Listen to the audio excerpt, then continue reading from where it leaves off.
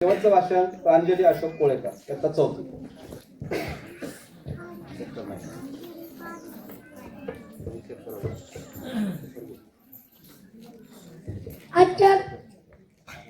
आजच्या कार्यक्रमाचे अध्यक्ष, प्रमुख पाहुणे, गावातील ग्रामस्थ, माझे शिक्षक आणि विद्यार्थी मित्रांनो, आज आपण 26 जानेवारी म्हणजे प्रजासत्ताक दिन साजरा करत आहोत. त्यानिमित्त आज मी काय तुम्हाला 2 शब्द सांगणार आहे, ते तुम्ही शांतपणे ऐकावे ही माझी विनंती.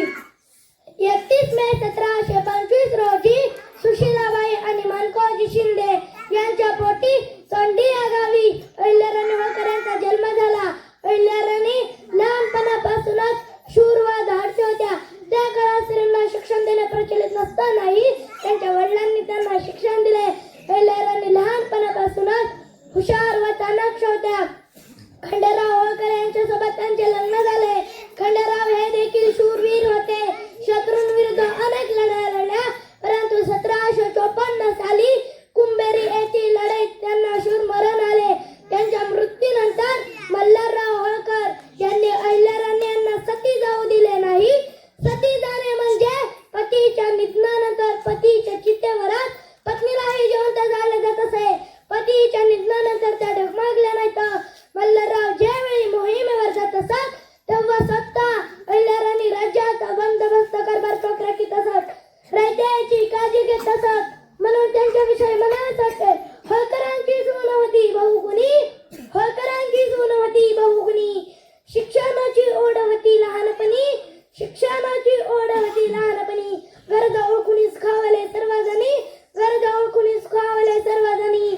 अशी झाली दूरदृष्टी एक मर्दानी, अशी झाली दूरदृष्टी एक मर्दानी. सासऱ्याच्या मृत्यूनंतर पुरुषांच्या खांद्याला खांदा लावून पांढऱ्या घोंगडीवर बसून 32 वर्ष राज्यकारभार केला. अहिल्याराणी होळकर यांनी केलेले सामाजिक कार्य आजही अनेकांसाठी आदर्शवत असे आहे. अहिल्याराणी होळकर या केवळ शूर एक महाशासक नव्हते, तर अनेक युद्धामध्ये साहसी युद्धाप्रमाणे विचारपूर्वक निर्णय घेतलेले नेतृत्व केले. समाजाच्या विकासासाठी त्या अविरत झटल्या. समाजातील अनेक अनिष्ट प्रथा त्यांनी बंद केल्या. राज्यातील राहत सुखी समाधान राहावी म्हणून त्यांनी अनेक योजना राबवल्या. आजही जगभर अहिल्याराणी होळकर यांचा इतिहास आदर्श म्हणून पाहिला जातो.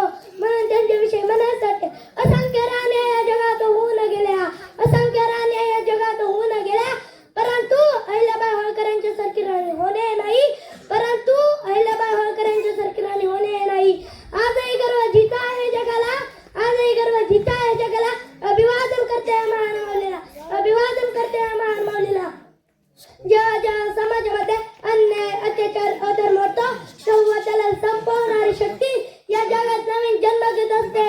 अहिल्याराणी धाडसी रणरागिणी होत्या. त्यांच्या जीवनात सर्वात जास्त कोणाचे योग्य असेल तर त्यांचे सासरे मल्हारराव होळकर यांचे. मल्हाररावांनी आपल्या 8 वर्षाच्या सुनेला शिकवलं युद्ध कसं लढायचं. अहिल्याराणी होळकर या केवळ शूर योद्धे नव्हते, तर त्या एक थोर समाज सुधारक होत्या. त्यांनी संपूर्ण भारतभर ठिकठिकाणी मंदिरे, बारवा, घाट, धर्मशाळा बांधल्या होत्या, रस्ते तयार केले. त्यांनी आपली संस्कृती जपली. त्यांचे राज्य हे राम राज्य होते. म्हणजे वाघ आणि सिंह जिथे एकाच घाटावर पाणी पितील इतकी सुरक्षितता त्यांच्या राज्यात होती. न्याय देताना त्यांनी कधी आपल्या फरकानं त्याचा विचार केला नाही. म्हणून म्हणावेच वाटते, न्याय आणि नीतीची जिनी दिली कास, न्याय आणि नीतीची जिनी दिली कास. दीनदलितांच्या सेवेचा जिने घेतला द्यास, दीनदलितांच्या सेवेचा जिने घेतला द्यास. अहिल्यामातेने घडवला नवा इतिहास, अहिल्यामातेने घडवला नवा इतिहास. समाजकार्याबरोबरच त्या लोक कल्याणकारी राज्यकर्त्या होत्या. म्हणायसाठी लोक कल्याणकारी माता अहिल्या राजकारणात तरबेज होत्या. लोक कल्याणकारी माता अहिल्या राजकारणात तरबेज होत्या. सुखात आनंदाली सर्व जनता, कारण उत्तम शासक होत्या अहिल्या राजमाता, कारण उत्तम शासक होत्या अहिल्या राजमाता. अशा या महान मातेचा मृत्यू 13 ऑगस्ट 1795 रोजी झाला. म्हणून जाता जाता एवढंच म्हणायचं वाटते, अहिल्यामाता होत्या एक धगधगती मशाल, अहिल्यामाता होत्या एक धगधगती मशाल. त्यांच्या शिकवणीने घडेल आपला भविष्यकाळ, त्यांच्या शिकवणीने घडेल